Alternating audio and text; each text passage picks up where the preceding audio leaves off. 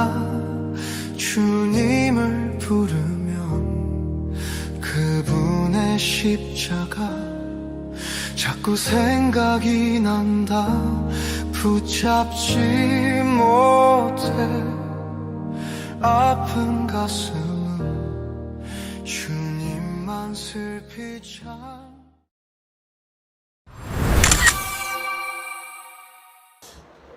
오늘 이 본문 말씀을 통해서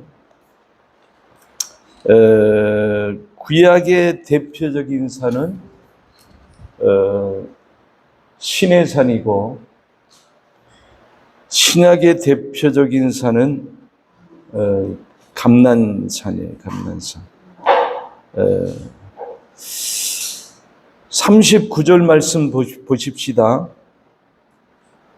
예수께서 나가사 습관을 따라 감람산에 가심에 제자들이 따라갔더니 그곳에서 이르러 그들에게 이르되 유혹에 빠지지 않게 기도하라 하시고. 자,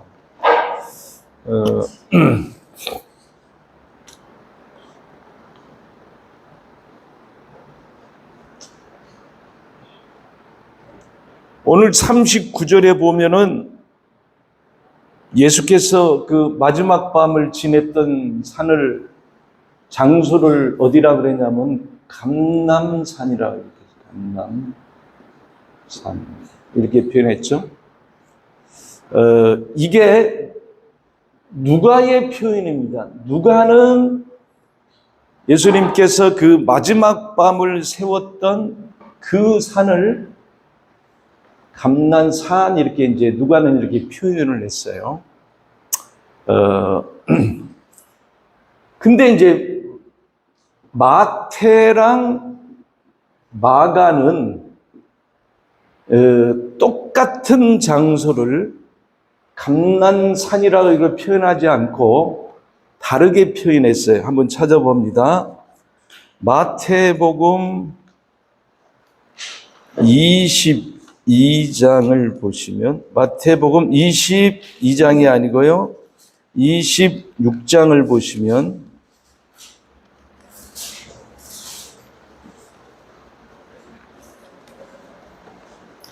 마태복음 26장 36절 볼까요? 이에 예수께서 제자들과 함께 겟세마네라 하는 곳에 이르러 제자들에게 이르시되 내가 저기 가서 기도할 동안 너희는 여기 앉아 있으라 하시고 베드로와 세베대의 두 아들을 데리고 가실새 고민하고 슬퍼하사 이에 말씀하시되 내 마음이 매우 고민하여 죽게 되었으니 너희는 여기 머물러 나와 함께 깨어 있으라 하시고 조금 나아가사 얼굴을 땅에 대시고 엎드려 기도하여 이르되. 자, 조금 나아가사, 이거 꼭 기억해 놓으세요. 조금 나아가사 얼굴을 땅에 대시고 이렇게 얘기했죠. 자, 누가는 예수님의 마지막 밤, 그 유명한 마지막 밤, 나의 원대로 마시고 아버지의 뜻대로 되기를 원합니다 할 때 누가는 그 장소를 뭐라고 얘기했다고요? 감람산 이렇게 얘기를 했고, 마태는 똑같은 현장을 뭐라고 표현했냐면은 마태는 뭐라고 표현했어요? 겟세마네 이렇게.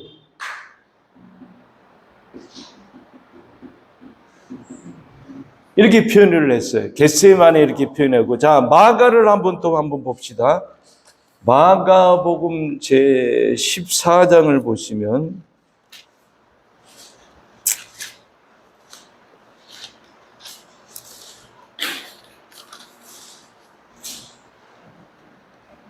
마가복음 제 14장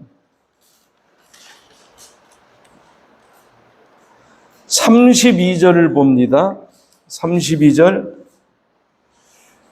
그들이 겟세마네라는 곳에 이름에 예수께서 제자들에게 이르시되 내가 기도할 동안에 너희는 여기 앉아 있으라 하시고 35절 보세요.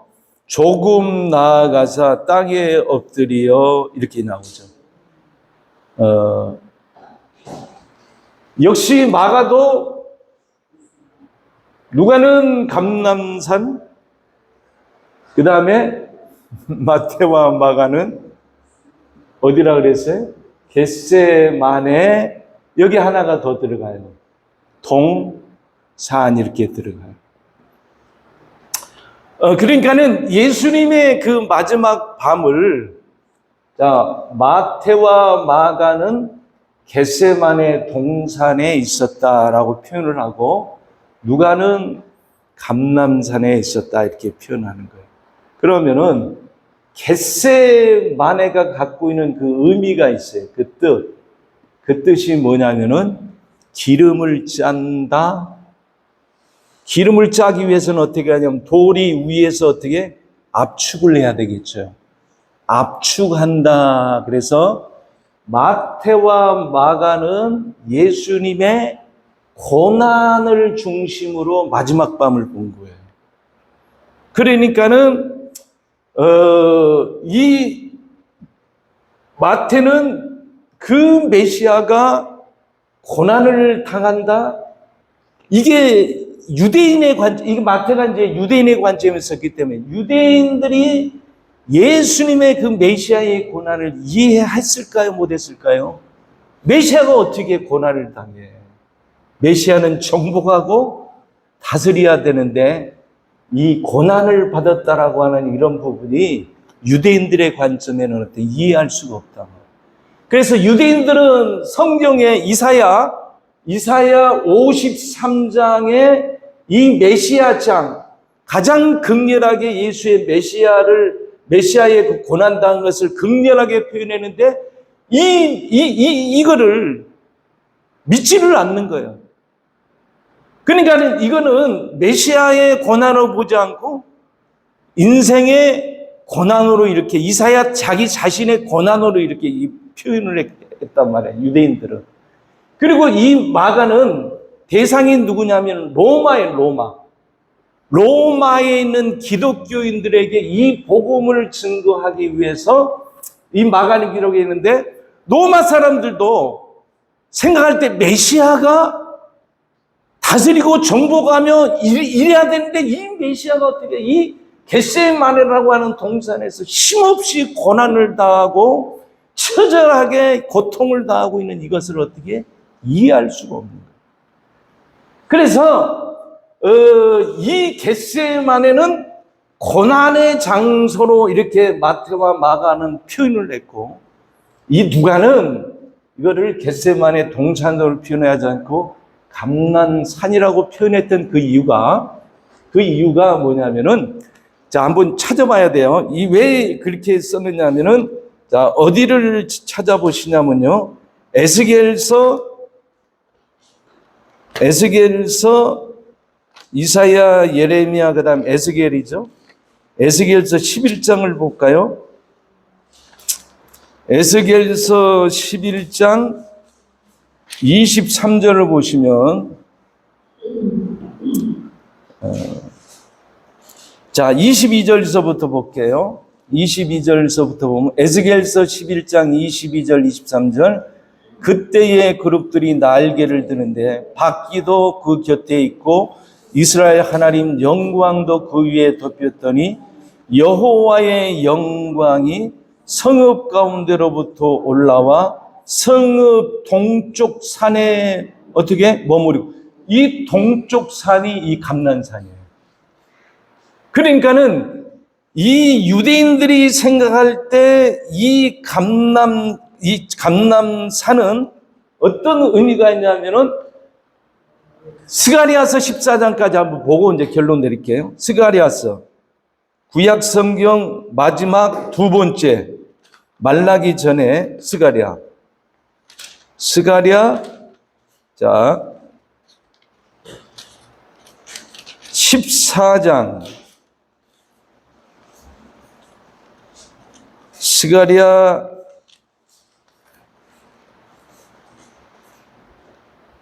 14장 4절을 보시면요. 4절 봤죠? 그날에 그의 발이 예루살렘 앞 곧 동쪽 감난산에 서실 것이요 감난산은 그 한가운데가 동서로 갈라져 매우 큰 골짜기가 되어서 산 절반은 북으로 절반은 남으로 옮기고, 이 감난산에 누가 서신다고 얘기하고 있어요? 주님이 감난산에 서신다 이렇게. 자, 그러니까는 감난산은 뭐냐면은 에스겔서에 보면 감난산에 하나님이 떠났어요.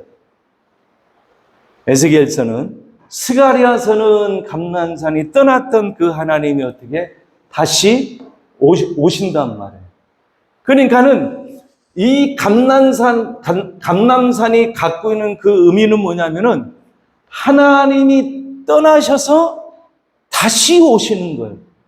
그러면 떠난 것은 이스라엘의 죄 때문이고 다시 오시는 이것은 당신이 십자가에 죽으시고 부활하셔서 이 죄 문제를 해결하고 난 다음에 오신다는 의미예요.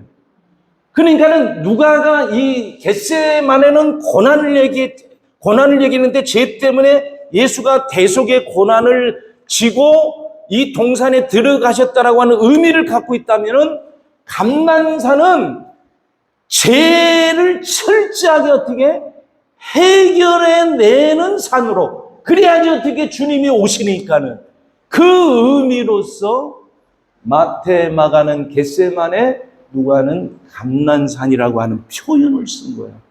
그래서 여기까지 이해하시겠어요? 그래서 성경은 글자 하나하나에 그냥 기록되어 있는 게 아니라 다 깊은 구속의 의미를 다 담고 있다라고 하는 거예요. 자, 그러면 이제 누가복음 오늘 이제 본문을 다시 들어가면은, 자, 누가복음 22장 본문을 이제 들어갑니다.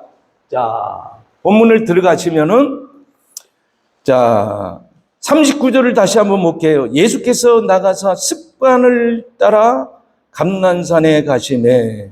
여러분들, 이 습관을 따라 이 표현이 그냥 표현된 게 아니고 예수님은 그 습관을 계속적으로 반복해서 결국 이 감난산에서 최종적으로 순종했다 그 얘기예요. 그러니까는 습관이 반복돼서 그냥 습관으로 어떤 큰 문제를 닥치니까는 그 습관이 깨진 것이 아니라 그 습관의 최종적인 목적은 순종이었다는 거예요.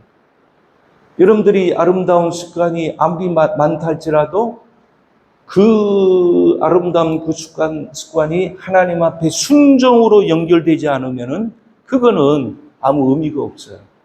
그러니까는 습관의 최종 목적지는 뭐예요? 순종이다.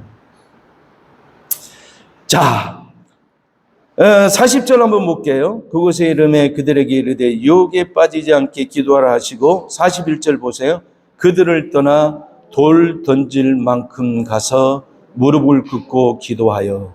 자, 이제 오늘 이 메시지를 중심으로 이제 제가 전할 텐데, 42절 다시 한번요. 그들을 떠나 돌 던질 만큼 가서 무릎 꿇고 기도했다. 자, 아까 마태와 마가는 기도를 할 때 어떻게 기도를 했냐면 그들이 조금 떨어져서 땅에 대고 기도했다 이렇게 표현을 했는데, 마태, 마가도 똑같이 그렇게 표현했는데, 이 누가는 이것을 땅이라고 하는 이 단어 속에 다른 걸 넣었는데, 자, 41절 다시 보세요. 그들을 떠나 돌 던질 만한 곳에서 무릎을 어떻게 꿇고 이렇게 얘기했다. 여러분들, 무릎을 꿇다라고 하는 이 표현은 구약에서 예배한다 그 뜻이에요. 하나님께 예배할 때 무릎을 꿇고 하는 거예요. 그러니까 지금 예수님께서 돌 던질 만한 곳에 가가지고 무릎을 꿇었다라고 하는 것은 지금 이건 뭐냐면 예배하는 그 장면인데, 에덴 동산에서 깨졌던 그 예배를, 에덴 동산에서 깨졌던 그 예배를 겟세마네라고 하는 동산, 이 감난산도 다른 말로 동산인데, 이 아담이 깨뜨렸던 그 예배, 그 참 예배를 예수님께서 마지막 아담으로 이 땅에 오셔서 이 동산에서 어떻게 이 예배를 회복하는 장면. 그런데 어떻게 돌 던질 만한 곳에 가셨다, 이게. 왜 누가는 땅에 대고 엎드려 기도했다라고 마태 마가는 표현했는데, 누가만큼은 돌 던질 만한 곳에 가서 무릎을 꿇고 예배의 모습을 보였냐면은, 자, 이 부분이 이제 해석이 되려면은 성경에서 돌이라고 하는 이 부분을 알아야 돼. 성경에서 돌은 어떤 의미가 있는가? 크게 보면은 다니엘서 2장을 보면 이 돌은 뜨인 돌이라고 해가지고 메시아, 예수 그리스도를 얘기를 해요. 이 부분은 제가 오늘 설명을 이제 못하고요. 두 번째 이 돌은 뭐냐면은 심판의 의미가 있어요. 하나는 예수 그리스도의 구원의 의미를 담고 있는데, 이건 지금 제가 설명 못해요. 두 번째는 뭐냐면 심판의 의미가 나올 때, 심판이 반드시 내려질 때는 반드시 돌이 등장해요. 그래서 예수님, 그러면은, 자, 이제 이 심판에 대한 얘기를 이제 설명할 텐데, 먼저 결론적인 부분은요, 예수님께서 돌을 던질 만한 곳에서 무릎을 꿇고 기도했다라고 하는 것은, 그러면 돌이 심판의 의미를 갖고 있다고 한다면은, 예수님은 돌 맞을 만한 장소에서 기도했다는 얘기는, 그 기도는 뭐를 자기 자신을 바라고 자기의 축복을 바라보고 자기의 성공을 바란 기도가 아니고, 이 기도는 어떻게 하냐면 심판을 받는 어떤 의미를 갖고 있는 거예요. 이해하시겠죠? 그래서 누가는 돌 던질 만한 곳에 무릎을 꿇고 거기서 기도했다라고 했을 때, 돌이 갖고 있는 의미가 심판이라고 한다면은 예수님은 지금 어떻게 심판의 자리에서 예배를 드리고 있는 거예요. 자, 그러면 돌이 갖고 있는 의미를 한번 찾아보자고요.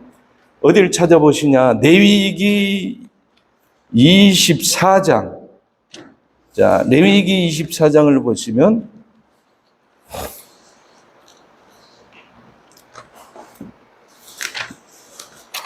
레위기 24장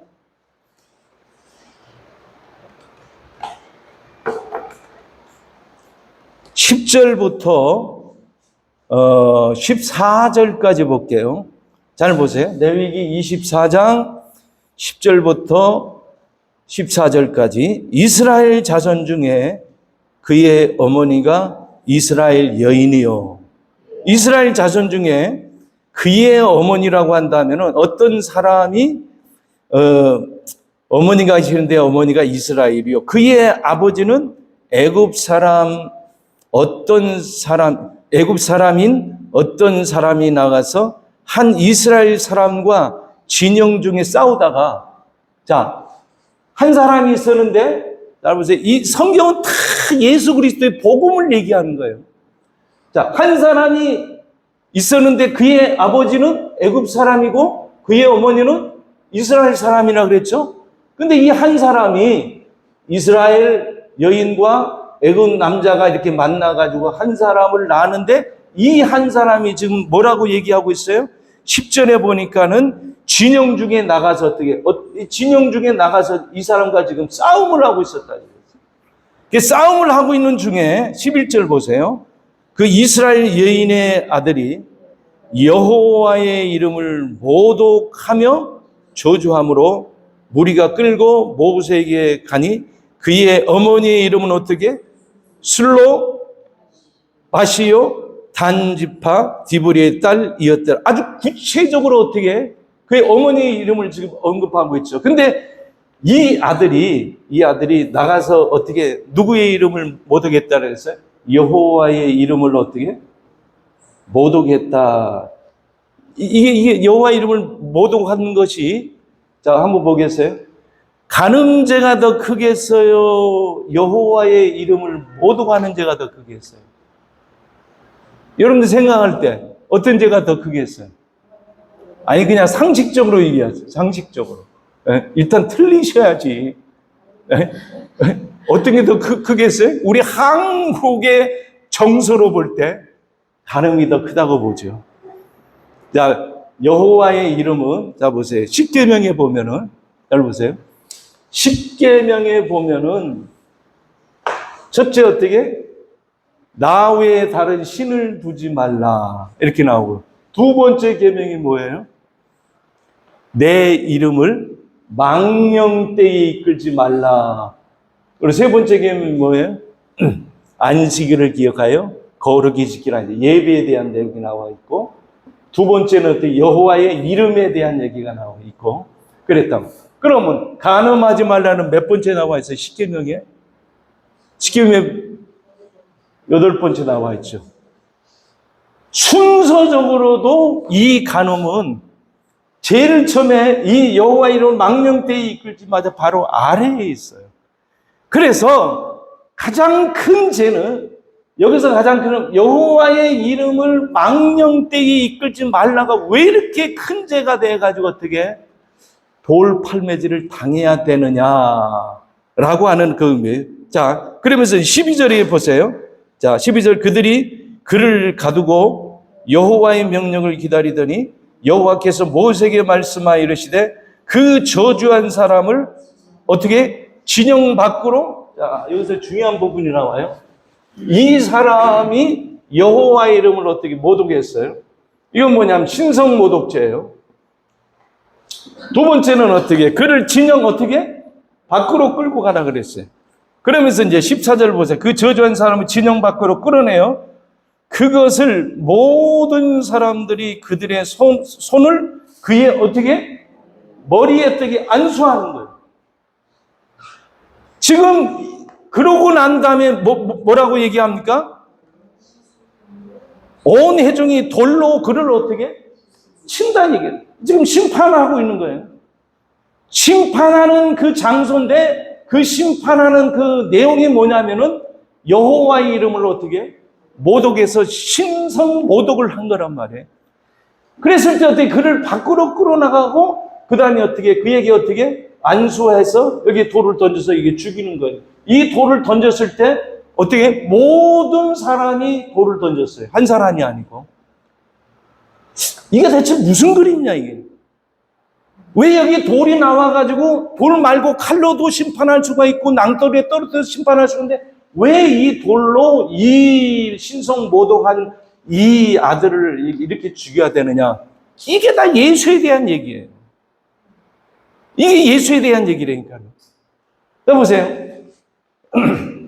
예수님께서 마지막으로 십자가에 못 박힌 이유를 대제사장들이 그 제명을 거르는데, 마태복음 26장을 보겠어요. 마태복음 26장을 보면은, 자, 마태복음 26장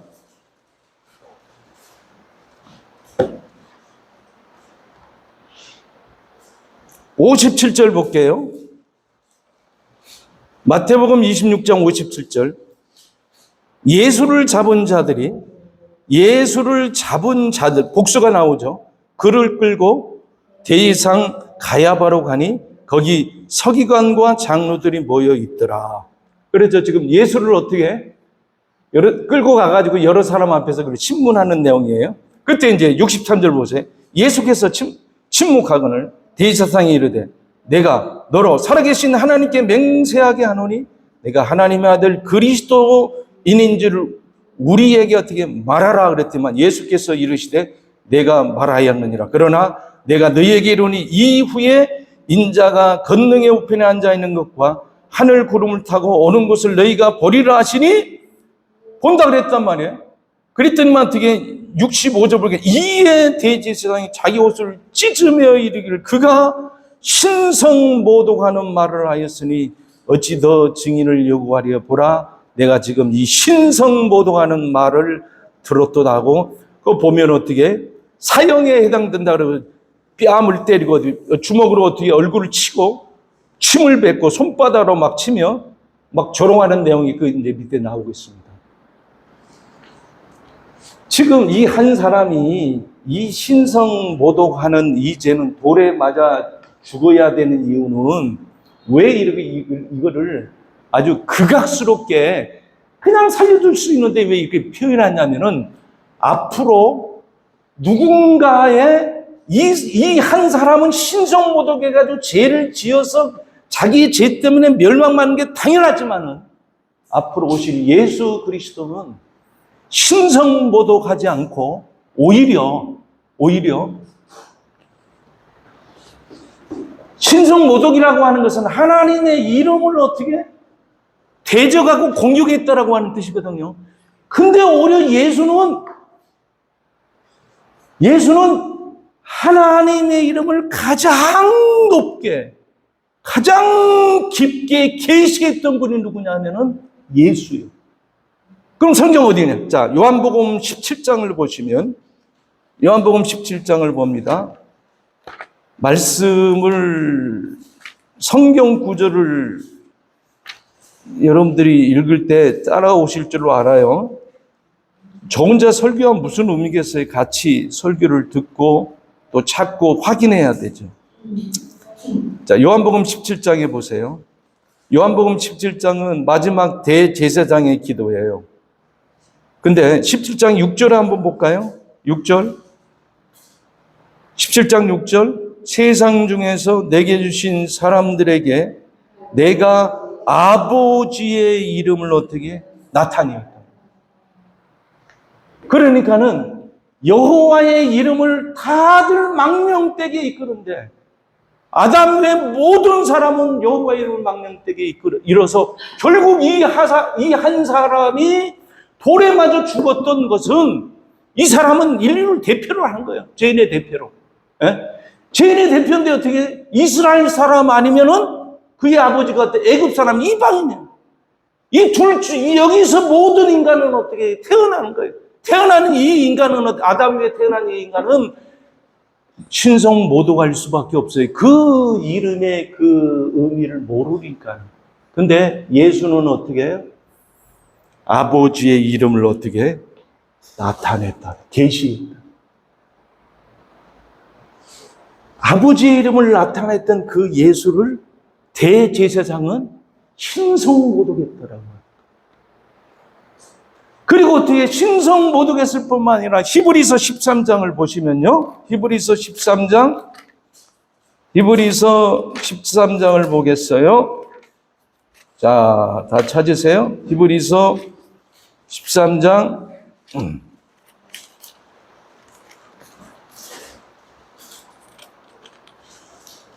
12절 볼게요. 11절부터 볼게요. 이는 죄를 위한 짐승의 피는 대제사장이 가지고 성소에 들어가고 그 육체는 영문 밖에서 불사름이라. 그러므로 예수도 자기의 피로서 백성을 거룩하게 하려고 성문 밖에서 어떻게 고난을 받았다. 이 한 사람을 죽이는데 밖으로 끌고 나갔던 이것은 결국 어떻게 하냐면 진짜 밖에 뭐냐. 이 사람은 자기 죄 때문에 밖에 나가서 돌 맞아 죽었잖아요. 예수는 우리의 죄 때문에 어떻게 영문 밖에 나가서 어떻게 심판을 받았고 그 다음에 모든 사람이 안수해서 그 죄를 어떻게 이 죄인에게 전가시켰는데 예수는 모든 사람이 이 죄인에게 안수해서 이 죄를 전가시켰는데 예수는 모든 인류의 죄를 어떻게 당신 몸으로 어떻게 안수받은 거란 말이에요. 결국 보세요. 이 돌에 의해 가지고 이 한 사람이 심판받은 이 문제를 아담 이후에 모든 사람 여호와 이름을 망령되는 이 문제를 해결할 자를 지금 기다리고 있는 거예요, 구약은. 그래서 예수님께서 돌 던질 만한 곳에 가셔서 여기서 어떻게 무릎을 꿇고 기도했다라고 하는 이 내용은 우리가 이 자리에서 해야 돼요. 한 사람이 여호와 이름을 망령 때 이끌었던 것처럼 우리가 이 돌 맞을 그 장소에 서야 되는데, 이 심판의 자리에 서야 되는데, 누가 서 있는 거예요, 지금요? 마지막 밤에 예수가 여기에 심판의 이 자리에 이게 앉아 계셔서 무릎 꿇고 기도하고. 그러면은 이 부분이 돌 던질 만한 곳에 가 있다라고 하는 이 부분을 구약에 이제 두 산을 얘기할 거예요. 첫째는 돌 던질 만한 곳에 계셨던 분이 뭐냐면 감난산이고, 구약에서는 시내산입니다. 그래서 제가 오늘 제목을 시내산과 감난산이라고 하는 제목을 잡은 이유가, 이 두 산이 갖고 있는 의미가 대조를 이루어요. 대조를 이루는데, 이게 이제 출애굽기 32장을 보겠어요. 출애굽기 이제 32장을 한번 넘어가겠어요. 출애굽기 32장을 보시면은, 출애굽기 32장 1절 볼게요. 백성이 모세가 산에서 내려옴이 더딤을 보고 모여 백성이 아론에게 이르러 말하되, 일어나 우리를 위하여 우리를 인도할 신을 만들어 이 모세 곧 우리를 애굽 땅에서 인도해 낸 사람은 어찌 되는지 알지 못함이라. 이래가지고 자 이제 설명을 할게요. 시간이 없기 때문에. 모세는 이제 시내산 꼭대기에 올라가서 여기서 이제 40일간 금식하죠. 금식하면서 여기서 뭘 받아내냐면은 돌비 2개를 받아요. 이게 뭐죠? 이게 십계명이죠. 십계명인데 성경에 이제 봅니다. 성경에 뭐라고 써졌냐면은, 자 15절 보세요. 출애굽기 32장 15절. 모세가 돌이켜 산에서 내려오는데 두 증거판이, 이게 뭐냐면은 법이에요, 법. 법을 가지고 그의 손에 있고, 그 판의 양면 이쪽 저쪽에 글자가 있으니, 그러면은 양면 이쪽 저쪽이라고 한다면 이 판 2개니까는 페이지수로 몇 페이지가 되는 거예요? 4페이지가 되는 거죠. 당시의 모든 돌비는 앞면만 글자가 적혀 있어요. 뒷면에는 글자가 안 적혀 있어요. 근데 십계명만 뒷면까지 적혀 있는 거예요. 빽빽히. 그런데 그래서 세상의 이 돌비와 이 십계명의 돌비는 어떻게 또 태조를 이루는 거예요. 그러니까 이 뒷면까지 쓴 것은 유일무이한 언약이다, 이거. 세상의 언약도 돌비에 써졌지만 이 언약은 유일무이한 전무후무한 언약을 이스라엘 백성들에게 줬다, 그 뜻을 갖고 있어요. 그러면서 이제 16절 보세요. 16절, 32장 16절. 그 판은 하나님이 만드신 것이요, 글자는 하나님이 쓰셔서 판에 새기신 것이라. 누구의 글을 써놨다고요? 이 돌에다가 누구의 글을요? 하나님의 글을 여기 써놨어요. 자 보세요. 돌에 하나님의 글이 써져 있어요. 아까 제가 여러분들에게 설명하기를 돌이 갖고 있는 의미가 크게 2가지라 그랬어요. 하나는 심판, 하나는 어떻게? 예수 그리스도의 구원할 때 그 돌이 또 뜨인 돌로서 세상의 모든 막강한 건설을 다 부셔요. 그래서 예수는 건축자들의 버린 돌로서, 시편 118편에 보면은 예수를 가르쳐서 건축자들의 버린 돌, 이렇게 얘기했단 말이에요. 그것이 어떻게 지금 모퉁이의 머릿돌이 되어서 성도들의 구원을 이루는 초석이 된다, 이렇게 얘기해요. 그러니까 이 돌은 결국 누구를 얘기하냐면은, 하나는 심판을 얘기하고 하나는 어떻게? 예수 그리스도의 구원을 얘기한다고 한다면, 이 돌은 어떻게? 예수가 되는 거예요. 예수가. 그러면은 이 돌이 예수라고 한다면은 구약에 이 돌에다 예수님이 글을 썼다고 한다면은 예수에게도 글이 써져 있어야지 이게 참 십계명이 되는 거예요.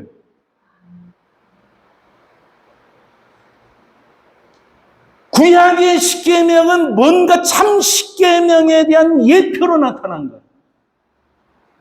이거는 돌 위에 썼지만은 예수는 인격 위에 삶 위에 어떻게 글을 쓰시는 거예요. 그러면은 요한복음 보세요. 요한복음 1장을 보겠어요. 요한복음 1장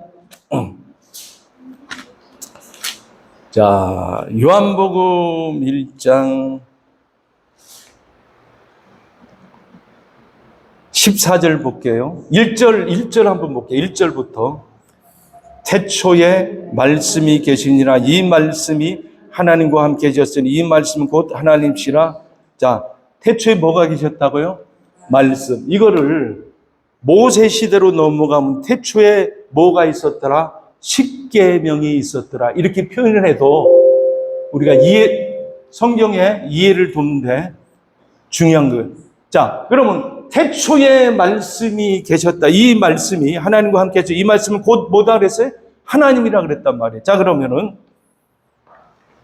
돌에다 하나님의 글이 기록되어 있으면 이 돌은 하나님의 글이지만은 결국 뭐예요, 이게? 이게 뭐예요? 이게 하나님. 그런데 예수가 이 땅에 오셔가지고 14절을 이제 볼게요. 14절. 자, 요한복음 1장 14절 볼게요. 1장 14절. 말씀이 육신이 되어 우리 가운데 거했다. 자, 여기서 말씀이 누구예요?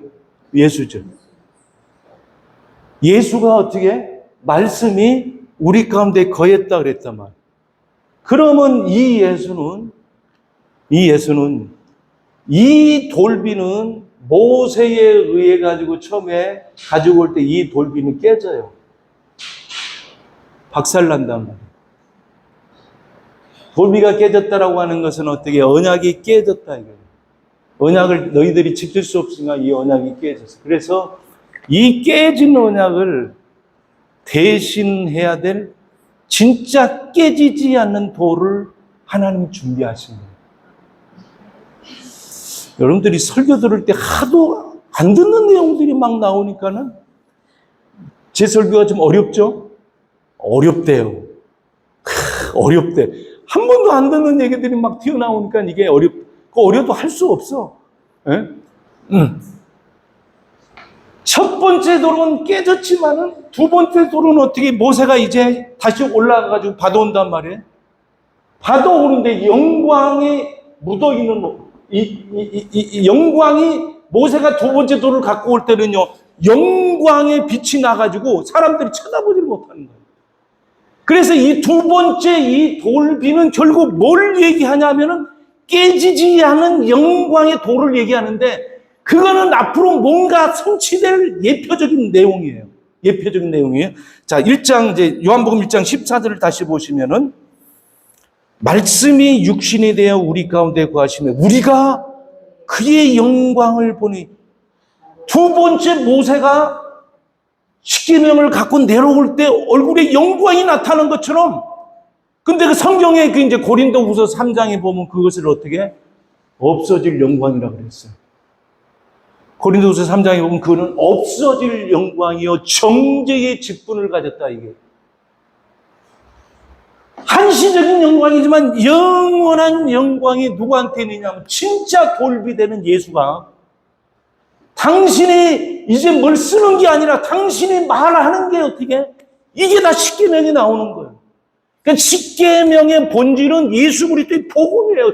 깊게 들어가면은 근데 그 십계명을 율법으로만 생각하는데 예수 자체가 완벽한 10가지의 십계명을 갖고 이 땅에 오셨는데 오셔가지고 당신이 어떻게 그 영광을 드러내는 거예요. 그럼 예수의 영광이 어디서 나타나냐면은 예수의 영광은 당신이 죽으시고 부활. 그게 영광이에요. 그게 영광. 그래서 이 예수의 영광은 깨어지지 않고 영원한 영광의 돌비. 그래서 예수는 어떻게 참 십계명이 되십니다. 이해하셨으면 아멘 한번 해보세요. 이해하시겠어요?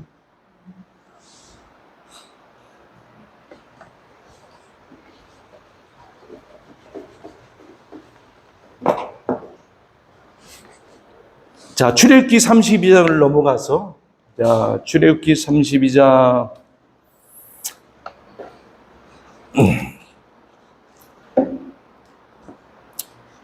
32장에 보면 이 내용을 다 설명을 할 수는 없고 굵직한 거 이제 몇 개만 설명하는데, 자 보세요. 17절 볼게요. 32장 17절. 여호수아가 백성들의 요란한 소리를 듣고 모세에게 말하되 진중에서 싸우는 소리가 나나이다. 모세가 이르되 이는 승전가도 아니요 피하여 부르는 소리도 아니라 내가 듣기에는 노래하는 소리로다. 방탕의 노래죠. 타락의 노래죠. 그리고 어떻게 자기를 위한 노래예요. 이건 예배가 아니고 타락이에요. 자, 우리의 예배가 여기에 빠질 수가 있어요. 예배가 조심해야 돼. 여기에 빠져버리면 어떻게 큰 문제가 일어나는데, 자 19절 보세요. 진에 가까이 이르러 그 송아지와 그 춤추는 것을 보고 크게 노하여 손에 그 판들을 산 아래로 던져 깨뜨렸다. 자 27절 볼게요. 그렇게 하고 나서 모세가 이제 어떻게 하냐면, 모세가 그들에게 이르되 이스라엘 하나님 여호와께서 이렇게 말씀하니 너희는 각각 허리에 뭐를 들고, 자 첫째 어떻게 산 아래 깨뜨렸어요. 두 번째 어떻게 했냐면 허리에 칼을 차고, 여기 레위가 이제 나와야 돼. 칼을 차고 어떻게, 세 번째 몇 명을 죽이냐면 3,000명을 죽이는데, 3,000명을 죽이기 전에 중간에 어떤 일이 벌어지냐면은, 어떤 일, 자, 다 읽을게요. 28절 보세요. 레위 자손이 모세의 말대로 행하여 이 나라의 백성 중에 몇 명가량을 죽였다 그랬어요? 3,000명을 죽였다 그랬어요. 그리고 이제 봅니다. 30절 볼게요. 이튿날 모세가 백성에게 이르되, 자, 너희가 큰 죄를 어떻게 범하였도다. 이제 여호와께로 올라가노니 혹 너희를 위하여 속죄가 될까 하노라 하고, 모세가 여호와께 다시 나아가 여짜오되 슬프도소이다. 이 백성이 자기를 위하여 금신을 만들어 싸우니 큰 죄를 큰 죄예요, 이 큰 죄. 자, 그러나 이제 그들의 죄를 사하시옵소서. 그렇지 아니하시면 원하건대 주께서 기록하신 이 책에서 내 이름을 얻어 지어 버리시옵소서. 이렇게 나왔단 말이에요. 중간에 모세의 뭐가 나옵니까? 중보가 나오죠. 잘 보셔야 돼요. 자, 시내산에서 모세가 이제 내려올 때 풍악 소리가 들리고, 그러면서 어떻게 금신상을 금송아지를 만들어가지고 우상 숭배해가지고 어떻게 모세가 갖고 있는 이 십계명을 어떻게 던졌단 말이에요. 돌이 던질 만한 장소에 누가 있었냐면은 이스라엘이 있었어요. 일반 돌을 마저도 죽거든. 십계명 두 돌을 어떻게 이스라엘에게 던졌으니 당연하게 어떻게 심판의 역사가 일어났겠죠. 그래, 칼에 의해 가지고 3,000명이 죽어요. 그런데 중간에 모세가 뭐 하냐면은 내 이름을 생명책에 빼서라도 이스라엘을 건져 주시옵소서 했는데, 하나님이 들었어요, 안 들었어요? 한번 물어볼게요. 들었어요, 안 들었어요? 들었다라고 하는 사람은 아멘. 한 사람 아멘. 안 들었다라고 하는 사람도 아멘.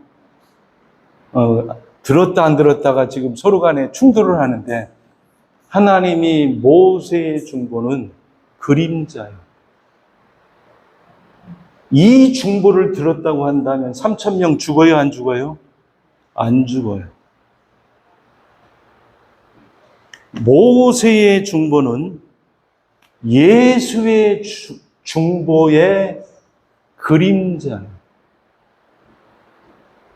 모세는 사람이고 죄인이기 때문에 이 중보를 자기의 이름을 지어서라도 이스라엘을 건져 내달라고 하는 그 기도 자체는 그림자적인 모습만 갖고 있을 뿐이지 참 중보는 될 수 있다 없다? 없다. 근데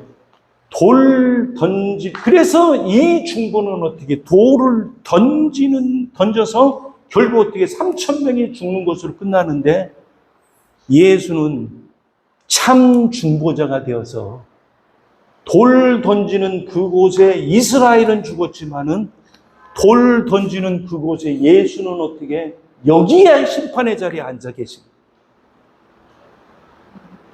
아담 이후에 모든 인류의 죄가 다 돌에 맞아 죽어야 되는데 그 돌을 어떻게 몸소 당신이 다 맞는 거예요.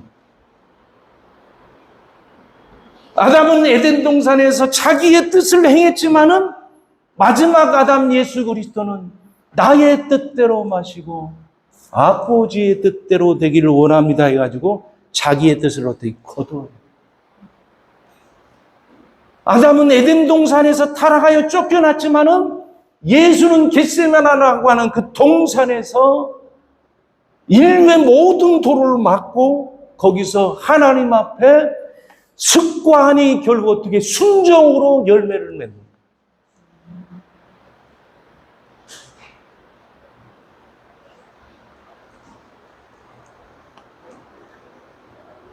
칼에 의해서 3,000명의 사람들이 죽었지만은 예수는 어떻게 베드로가 예수를 잡으러 올 때 대제사장의 그쪽 말기의 길을 잘라는데 예수는 칼을 쓰는 자는 칼로 망한다 그러고 칼에 의해서 떨어진 그 길을 어떻게 예수는 어떻게 붙입니다.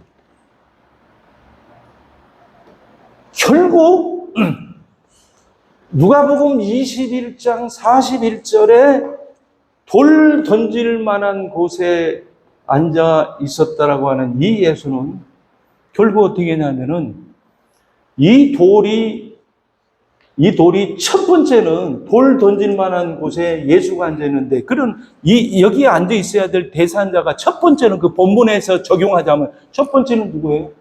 제자들이에요. 제자들이 여기 앉아 있어요. 그런데 이 자리에 누가 앉아 있었냐면은 예수가 앉아 있어요. 우리가 앉아 있어야 될 그 자리에 예수가 앉아 있어요. 그래서 예수는 구약의 이 모세는 참 중보자가 아니기 때문에 참 중보자를 기다리는 사람으로서의 삶을 살다가 가나안에 못 들어가고 끝난 거예요. 그러나 예수는 참 중보자는 예수는 여기서 돌에 맞아 죽고 그게 이제 십자가의 그 저주로 죽고 어떻게 하는가 참 하늘 성소에 올라가셨어요. 그게 바로 진짜 가나안. 모세는 못 들어가는 거예요. 예수는 어떻게 참 성소, 참 가나안 하나님 보좌에 올라가. 이게 바로 오늘 우리들에게 던져주는 놀라운 메시지. 요한복음 8장에 보면은 간음 현장에 붙잡혀 왔어요. 그래서 간음 현장에 붙잡혀 왔기 때문에 그 여인은 돌 맞아야 돼요. 그래서 모든 사람이 돌을 들고 왔는데 그 여인을 향해서 주님이 그 돌을 들고 온 사람에게 얘기해요. 너희 중에 죄 없는 자가 먼저 치라.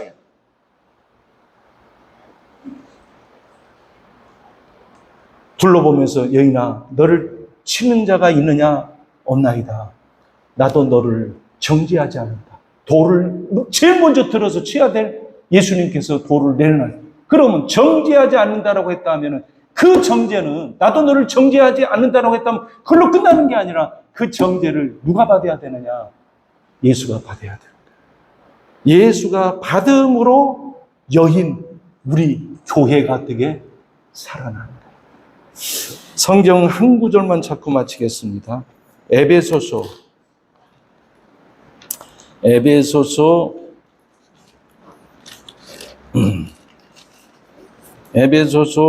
5장을 보시면 에베소서 5장 25절 봅니다. 에베소서 5장 25절 남편들아 아내 사랑하기를 그리스도께서 교회를 사랑하시고 그 교회를 위하여 자신을 주심같이 하라. 너무 귀한 말씀이죠.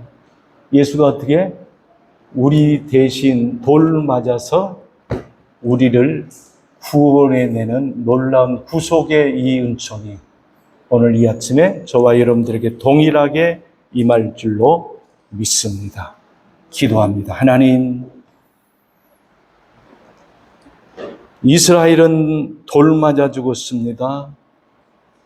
여인도 돌 맞아 죽어야 되는데 살아났습니다. 그리고 돌 맞아야 될 그곳에 우리가 있어야 되는데 그곳에 예수가 계셨습니다. 마땅히 죽어야 될 우리를 건져내신 그 주님을 찬양합니다. 그 주님 앞에 영광을 돌립니다. 오 주여 감사합니다.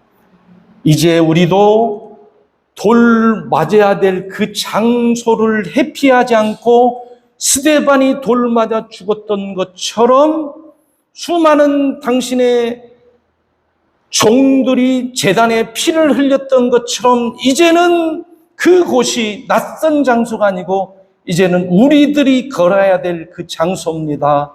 그 장소를 향해서 걸어나가는 주의 백성들 생애 위에 주께서 역사하여 주시고 그 놀라운 그 비밀을 우리 가슴에 안고 오늘도 우리에게 이런 놀라운 복음을 주신 주님을 찬양하고 그리스도 예수의 이름으로 감사하며 기도하옵나이다.